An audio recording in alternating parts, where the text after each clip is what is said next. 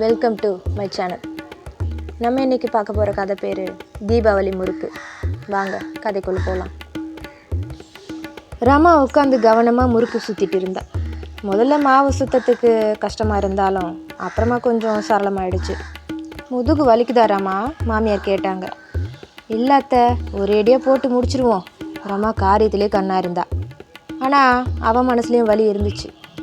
வர்ற தீபாவளிக்காக அவள் ஒரு வாரமாக மாடாக உழைச்சிருந்தா.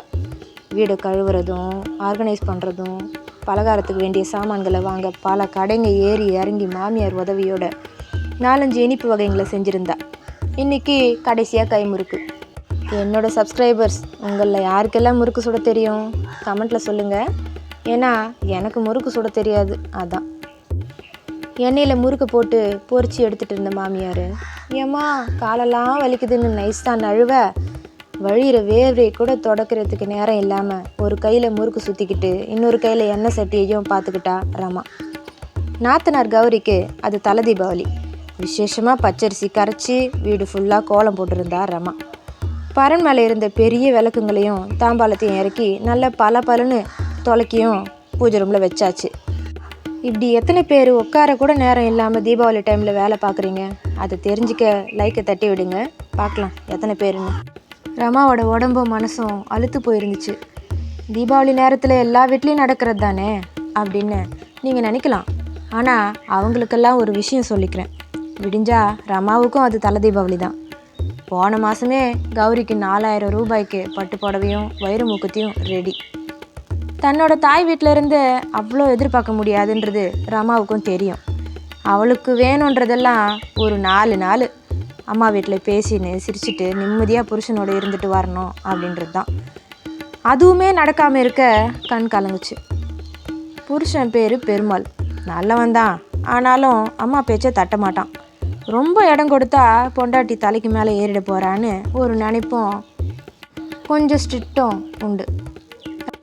ரமாவுக்கு கல்யாணம் முடிஞ்ச மாதமே கௌரிக்கும் கல்யாணம் நடந்துச்சு. தன்னோட சீரும் 7 பவுன் செயினும் நாத்தனாருக்கு போட்டப்போ தான் தன்னை மாமியார் அவசரமாக மருமகளாக ஏற்றுக்கிட்ட காரணமும் அவளுக்கு புரிஞ்சுது. ஏன் ரங்கம், ரமாவுக்கும் தலை தீபாவளி தானே, அவளுக்கு 10 நாளாக உட்காரக்கூட டைம் இல்லை. மாமனார் பறிஞ்சு பேசினார். ஏன் வீட்டு வேலை பலகாரம் செய்கிறது இதெல்லாம் கற்றுக்கிறது நல்லது தானே பட்டுன்னு பதில் சொன்னாங்க மாமியார். நல்லது தான், ஆனால் 2-3 நாள் முன்னாடியே அம்மா வீட்டுக்கு போகணும்னு அந்த பொண்ணு நினைக்காதா? நம்ம கௌரி கல்யாணமாகி போயிட்டா எனக்கு ஒத்தாசையாக இருக்குன்னு தானே நீங்கள் பையன் கல்யாணத்தை அவசரப்படுத்துனீங்க. இப்போ என்ன உருகுறீங்க? ரமாவோட காசு மாலை, வெள்ளி சாமான், 10,000 ரொக்கம் இதையெல்லாம் உன் மக கௌரிக்கு போட்டு அனுப்புறதுக்கு நீ தான் பறந்த. இப்போ இவளை இப்படி முறுக்கி பிழியணுமா? எல்லாம் சாயங்காலம் அனுப்பி வைக்கிறேன், அப்போ போனால் போதும் அலட்சியமாக பதில் வந்துச்சு. பையனோட சீனியர் வக்கீல் கூட அவனை புது மாப்பிள்ளை 2 நாள் முன்னாடியே கிளம்புன்னு சொல்லிட்டாரு. உனக்கு மட்டும் மனசே வராதே. இங்கே இருந்து கோவில்பட்டி போக 4 நாள் ஆகப்போகுது. பத்தாவதுக்கு கௌரியம் வந்துட்டா. ராமாவுக்கு வேலை ஓயவே இல்லை. ஒரு வழியாக மாமனார் தயவில் அவள் புருஷனோட வீட்டை விட்டு கிளம்பும்போது மணி நைட்டு 10 ஆச்சு. அவ்வளோ லேட்டாக அனுப்பிட்டு நாளைக்கே கிளம்பி வந்துருங்கப்பா, எனக்கு முடியல அப்படின்னு மாமியார் வழி அனுப்பும்போது ரமாவோட மனசு கனத்து போச்சு. பாசமான அப்பா அம்மா தம்பிங்களை பார்க்க போகிறோன்னு ஒரு பரபரப்பும் கனவோடையும் அப்படியே தூங்கி போனா ரமா. இப்படி ஒரு சீன் எனக்கு நடந்திருக்கு. உங்களுக்கும் நடந்திருந்தா கமெண்ட்டில் சொல்லுங்கள். நல்ல நடுராத்திரி 2 மணிக்கு வீட்டுக்கு முன்னாடி போய் நின்னப்போ வெளிச்சமாக இருந்துச்சு.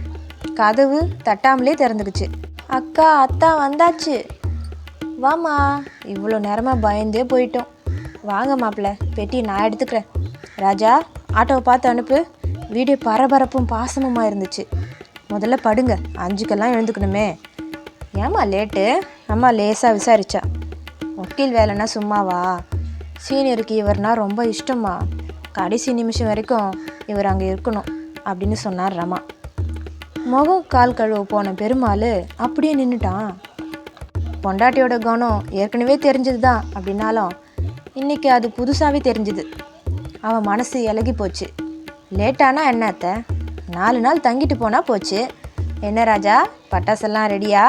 ஜமாய்ச்சிடுவோம் அப்படின்னு சகஜமாக தன்னோட மச்சான் தோளில் கை போட ரமாவோட முகம் களை கட்டுச்சு. உங்கள் பொன்னான நேரத்தை ஒதுக்கி என் கதையை கேட்டதுக்கு நன்றி. வணக்கம்.